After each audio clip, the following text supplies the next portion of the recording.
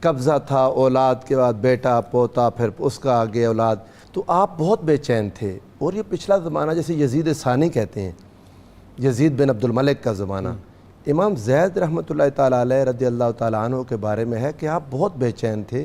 اور جب آپ کی بیعت اتنے لوگوں نے کر لی اور آپ کو نظر آیا کہ آپ خلافت حقہ قائم کرنے کے قابل ہو جائیں گے، تو ان دنوں میں اتنے خوش ہوتے تھے کہ لوگ ان کی خوشی کو دیکھ کر حیران ہوتے، کہتے میں اپنے نانا کے سامنے جا کے شرمندہ نہیں ہوں گا۔ آج کل امر بالمعروف و نہی عن المنکر کا رواج ختم ہو چکا، میں نے اللہ نے چاہا تو میں اس کو دوبارہ سے قائم کروں گا، میں اپنے نانا کی سنت کو پھر صحیح طور پر قائم کروں گا، اور دین مصطفیٰ صلی اللہ علیہ وآلہ وسلم کی بہاریں لوگ پھر دیکھیں گے۔ دین سے اتنا دوری ہو چکی تھی، حکمرانوں کا حال یہ تھا محض دنیا کی خاطر، محض دنیا کی خاطر جو لوگ مسلمان ہو جاتے، نو مسلموں سے جزیہ تک لینا نہیں چھوڑتے تھے، صرف اپنی عیاشیوں کی خاطر، اپنے اقربا کی عیاشیوں کی خاطر، اور ہر طرف ایک بے چینی تھی۔ بندروں کو سونے کے کنگن اور چاندی کے کنگن، یہ کوئی انسانوں والی بات ہے؟ اور یہی بات تھی جو رسول اللہ صلی اللہ علیہ وآلہ وسلم نے دیکھا تھا کہ میں اپنے ممبر پر بندروں کو ناچتے دیکھ رہا ہوں، اور یہ واقعی یہی وہی لوگ تھے۔ اور آپ کو پتہ ہے یزید کی موت کے بارے میں ایک یہ ہے کہ وہ بندر کے ساتھ کھیل کھلواڑ کر رہا تھا تو بندر اس کو کاٹا اور گینگرین سے مرا ہے، بالکل ایسے ہی ایک روایت یہ بھی ہے۔ تو حضور نبی کریم صلی اللہ علیہ وآلہ وسلم نے ان کے بارے میں، امام زید کے بارے میں پہلے سے خبریں دے دی تھیں۔ آپ نے بہت جاندار اور خوبصورت انٹرو دیا، اللہ تعالیٰ اس کو قبول فرمائے۔ حضور نبی کریم صلی اللہ علیہ وسلم کی ایک حدیث پاک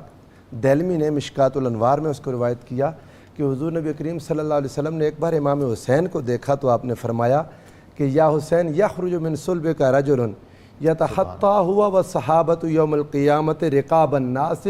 غرم محجلین، کہ تمہاری اولاد سے وہ بچہ ہوگا، وہ تمہارا بیٹا ہوگا جو قیامت کے دن لوگوں کی گردنوں سے ایسے گزر جائے گا تیزی کے ساتھ، اور وہ اور اس کے سارے ساتھی وہ ان کے وضو کے اعضاء چمک رہے ہوں گے۔ آقا نے فرمایا یدخلون الجنت بغیر حساب، اور بغیر حساب کے جنت میں داخل کر دیے جائیں گے، اور یہ اللہ کا وعدہ ہے صبر کرنے والوں کے ساتھ، انما یوفی الصابرون اجرہم بغیر حساب، قیامت کے دن صبر کرنے والوں کا اجر بغیر حساب کے ہوگا۔ اور پھر حضور علیہ الصلوۃ والسلام نے انہی کے بارے میں جلاء الابصار میں یہ روایت موجود ہے کہ آقا نے فرمایا الشہید من امتی القائم بالحق ولدی المصلوب بکناسہ، حضور نے ارشاد فرمایا کہ میری امت کا شہید قائم بالحق اور میرا بیٹا جسے کناسہ پر لٹکایا جائے گا، حضور نے ارشاد فرمایا فَإِنَّهُ امام المجاہدین، وہ مجاہدین کا امام ہے، قائد الغر المحجلین، قیامت کے دن جن کے 5 کلیان چمک رہے ہوں گے ان کا قائد ہے۔ اور یہ حضور کی امت کی صفت ہے۔ یاتی یوم القیامت واصحابہ تتلقاہم الملائکۃ المقربون ینادونہم ادخلوا الجنۃ لا خوف علیکم ولا انتم تحزنون۔ آقا نے فرمایا یہ اور اس کے ساتھی قیامت کے دن آئیں گے تو فرشتے ان سے ملاقاتیں کریں گے، ان سے سلام کریں گے اور ان کو کہیں گے جنت میں داخل ہو جاؤ اس حال میں کہ نہ تم خوف زدہ ہو نہ تم پر کوئی پریشانی ہے۔ اور یہ بات جو امام ابن ابی الدنیا نے لکھی بہت دکھ والی آپ نے بیان بھی کی کہ آقا نے فرمایا، وہ کہتے ہیں کہ ایک شخص نے خواب میں دیکھا جو وہاں پر گارڈ تھا کہ حضور نے ان کو لٹکے ہوئے جب دیکھا تو آقا علیہ السلام رو رہے تھے اور کھجور کے اس تنے کے ساتھ آقا ٹیک لگا کے بیٹھے تھے اور پوچھتے تھے ہاکذا تفعلون بولدی، اور حضور تو بتا کے گئے تھے لوگوں میری اہل بیت پاک کے بارے میں اللہ سے ڈرنا۔